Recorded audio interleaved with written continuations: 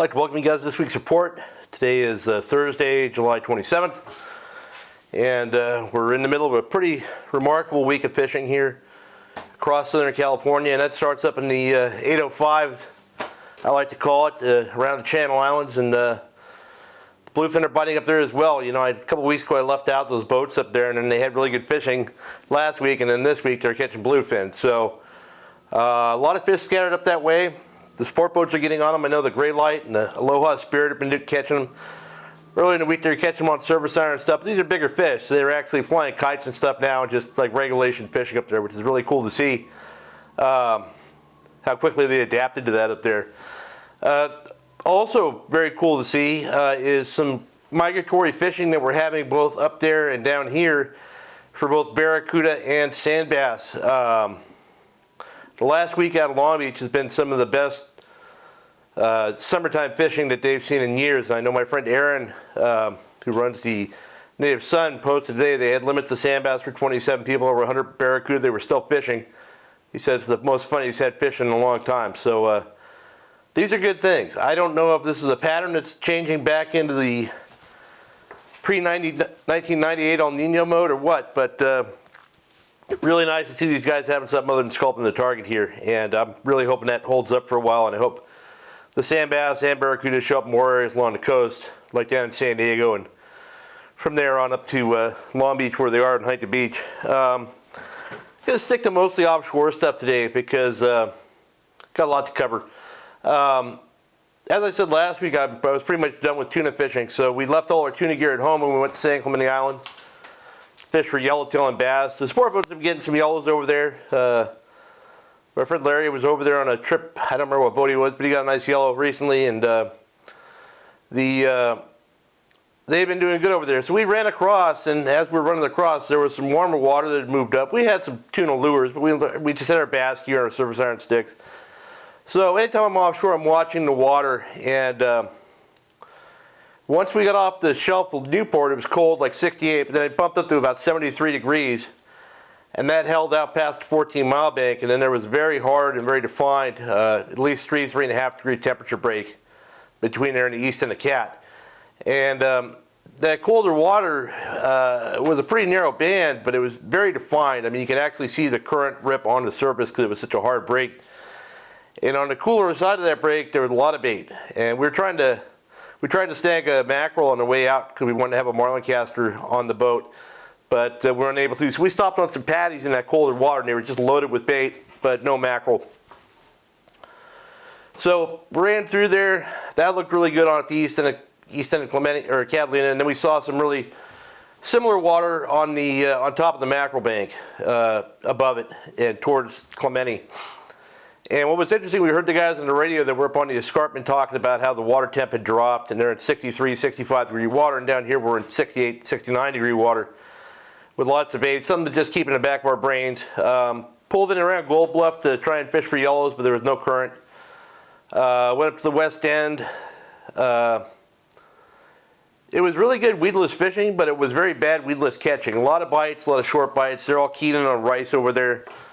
And you know, I went through three weedless baits without even catching a fish on the first two because they were tearing them up so bad because they're biting them from behind. And those bass were feeding on thin baits. They have very sharp teeth, so they had no problem biting a weedless in half. But we had, you know, decent fishing. It wasn't great. I got some video here of Decker catching one.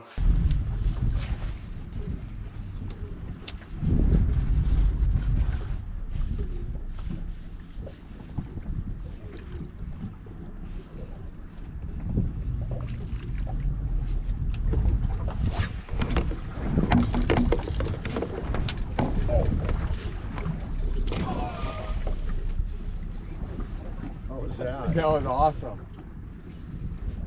Fucking flying bass. Hey. Fuck, dude, I got the thing to jump on camera. Fuck, You like that yeah. one? So since the fishing was kind of slow at the island, we decided to peel off and see if there was some yellowfin that were biting down the beach a little. We were going to run kind of a downhill angle and see if we could find some of the smaller yellowfin. Once you get about 5 miles, maybe 3 miles off the west end of Clemente, though, we saw a couple of jumping tuna, and then that turned into a huge foamer. They were all real big ones, and we made a couple half-hearted casts at them, and they sank out. But those fish were basically on the line from the the 500 fathom curve on Clemente to the mackerel bank. So we ran down towards the top of the mackerel bank to take a look. We saw some more scattered fish around, but nothing, no volume to cast the lure. And I think it was what I think now is the tail end of the fish that had been up at the escarpment heading downhill. So once we're through that zone, we decided to keep running. We're gonna go check out the area off the 152 there where it looked good in the morning. And as we drove up on there, we immediately started seeing big foamers of what turned out to be really big bluefin. There were some boats up against the island. I guess the fish bit up on the slide and up in front of Avalon as well, but we had that area down there pretty much to ourselves. First spot, we slid on Briggs through a clear choice popper on his weedless rod, which is a Penn Fathom 400 low profile on a Rain Shadow 810 ml Judd series, which is basically a light bait blank rated 15 to 30 pound. Not really what you want to throw on these bigger tuna. But he had 80 pound braid on there because that's what Jimmy fishes with the weedless, and an 80 pound leader we tied on just in case. And he hooked that fish. We saw it eat it. 150 pound, I'd say 140 to 160 pound tuna. We caught enough of them to know what they look like. And just the wrong gear, absolutely wrong gear. 9-foot rod, bait cast reel. Oh God. Oh, there's a big foamer farther out. Nice. There's a huge foamer over there too. God. All right, hold on.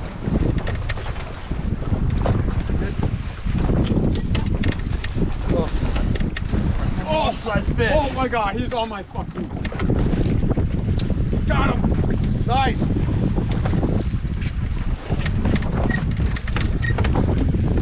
Oh, he's big.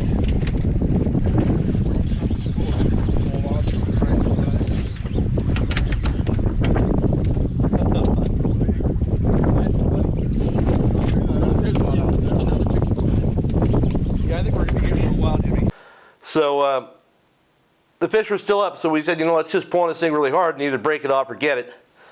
And we just took turns just putting a hammer on this thing for 40 minutes. And finally ended up breaking it off a color. Broke the Spectra, 80 pound Spectra. I can tell you at times I had, I realized like 24 pounds of drag on it. We had that locked down. You had two thumbs on the spool, and, I pulled hard enough to break line. I got a good sense of when the line's about to break, and I'm pretty sure I was putting about 40 pounds of pressure on that fish a few times, and we got it up. But it broke off. It's not the end of the world. So one of the things that, a lot of you guys have hooked these fish on the wrong gear at the wrong time and ended up on them for 3 or 4 hours and stuff like that, and you end up losing them anyway. One of the things I've found over the years fishing these things and hooking a lot on the wrong gear is that once you hook that fish, the hourglass turns over and that sand is going to run out. And when that sand runs out, that fish needs to be in the boat or it's going to be gone. So how big, how fast do you want to let that sand run out? Do you want to sit there and wait and just not really pull against it? And by that I mean, a lot of guys I watch them, they hook these fish, they run out, and they fish them like they're on a sport boat. They're on a skip, but the fish is 100 yards away from the boat. Our pattern when we do this, and everybody has different ways of doing it. And we're not fishing with a rod and a rod holder and a giant 50W reel where we can just be a crane operator and drive the boat forward and crank them in. But when these fish eat the lure, the minute they take off running, if we hook a fish that size, we make it a point not to hook two. And if once somebody hooks up on a big fish like that, especially on the wrong gear, we're gonna stop casting. If they're 80 pounds or less, we'll hook 2 or 3 if possible. As soon as that fish is hooked, I've got the guy in the bow and we're driving towards that fish picking up line. Every inch of line you can get while you're driving towards the fish is free line back. So now instead of this fish being 100 yards away, it's 100 feet away straight up and down. And that's kind of like where those tuna like to sit for the most part, that 100, 130 foot range when you're fighting them. They tend to really lock in there right below the thermocline. And I found that, we've had people that we hooked one last year in the ladies tournament, and Allie just didn't have the gear to get it above that stage and couldn't hand it off to anybody, and she was stuck there for, I don't know, 3 hours, 2.5 hours, something like that, just in that locked in stage. And basically what it is you get to the point where that fish is not taking line, but you cannot retrieve line. See it all the time on the sport boats. That's usually when a deckhand comes in and pulls for a little bit. Now the fish comes to the surface. So what I'll do at that point is I will try to just get inches. I normally fish with my rod on my knee, rod bone into my shoulder, and I'll just raise my foot, get a half wind.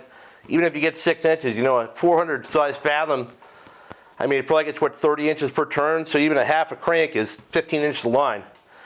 And all you gotta do is move that fish up about 10 feet, and they're gonna get weird, and they're gonna squirt out a lot of times and come up 30, 40 feet away from the boat. You run up on them again, and now you got them halfway to the boat. If they won't come out of that zone, like this fish did a couple times, it was just locked in there. And we just don't have the pulling power to get them out of there. So what I do is I drive away from the fish. Not fast, just click the boat gear and start driving away from it. So what happens now, the fish is being pulled on like this. Here's the line, here's their mouth, this upward point. Now it's like this. It's a change in angle. They don't know what to do. They don't want to go down like that. So a lot of times that will break them out of it and they'll come to the surface. And that's kind of what happened there. And then we had that thing about 15 feet down, and it was not locked into a spiral like it's ready to come to the boat. It was still swimming upright and thrashing around. But with the pressure we had on it, if the line had to break, we would have probably been another 2 or 3 minutes and it would have been in the boat. But yeah, so don't be afraid to pull on these things, even if you lose them. There's plenty more to hook. And speaking of that, you know, the next spot we pulled up on, Jimmy, we had the sense to throw the surface iron rods, which is at least a bigger reel. And Jimmy had about 200 pounder come out of the water and eat his jig, and luckily just the sheer impact of that fish hitting that thing with the hammer drag broke the spectra within seconds of hooking it. So the rest of the time we drove around and just hit spot after spot, but they weren't really foaming tightly. The ones that bit, for the most part, were fish that were, so I mentioned all that bait on those kelp strands and stuff. Every big foamer we had a little strand of kelp in the middle of it. They're still there. No, they were right there. They're down. You see all the cups there.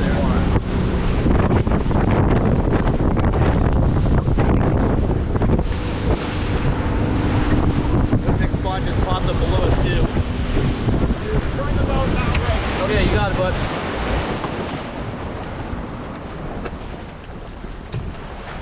Oh God. Oh. Good grief. Fuck, I just got hit twice.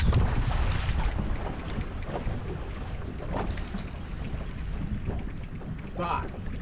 You got bit? Yeah, twice.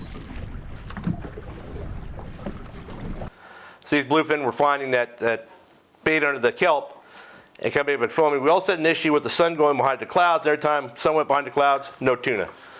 They'd come back out, tuna everywhere again. There was probably, I'm going to say, a 10-mile by 5-mile stretch of fish spread out. So that's, what, about 50 square miles of fish, really, from where we saw them end to end and where the boats caught them off Avalon. So real good volume out there. But when we were heading in, it was late. And we didn't get back to Jimmy's house like 7:30 or something. It was just horrible. I should never go offshore fishing again, first of all. And second of all, I should never stay out past cocktail hour. That's my new rule. When we got back to the 14, where that water temperature break was, now the warm side was 75 degrees. And we actually saw jumping marlin, but we didn't have mackerel to cast or any trolling lures for marlin. But that just shows you that something really happened on Saturday to change a lot of things that were going on before. And just like the scene opened up, my friend Jerry Mayhew was fishing down off the beach below there and got a nice big yellowfin, saw big schools of those down there on a whale.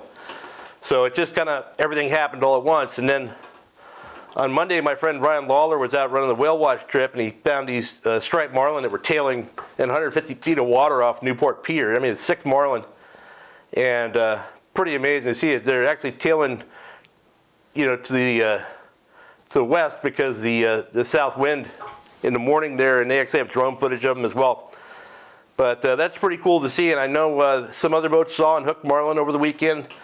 I saw it today. Anthony on the Bad Company was casting on a swordfish off Cat somewhere. Didn't catch it, I don't think. But a lot of good things happening right there. In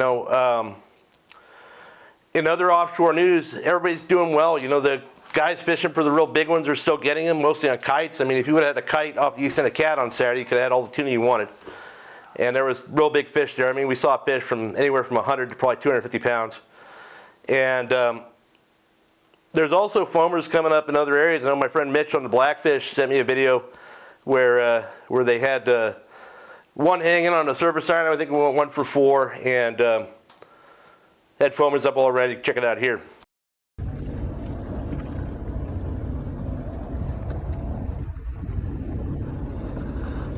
What do you got? I got something.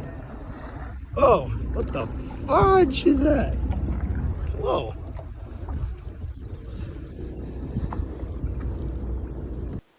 Yeah, also my friend Gary Reyes was out Saturday as well, and they ran into some bluefin a little closer to Cat on the way home because they were running to Long Beach.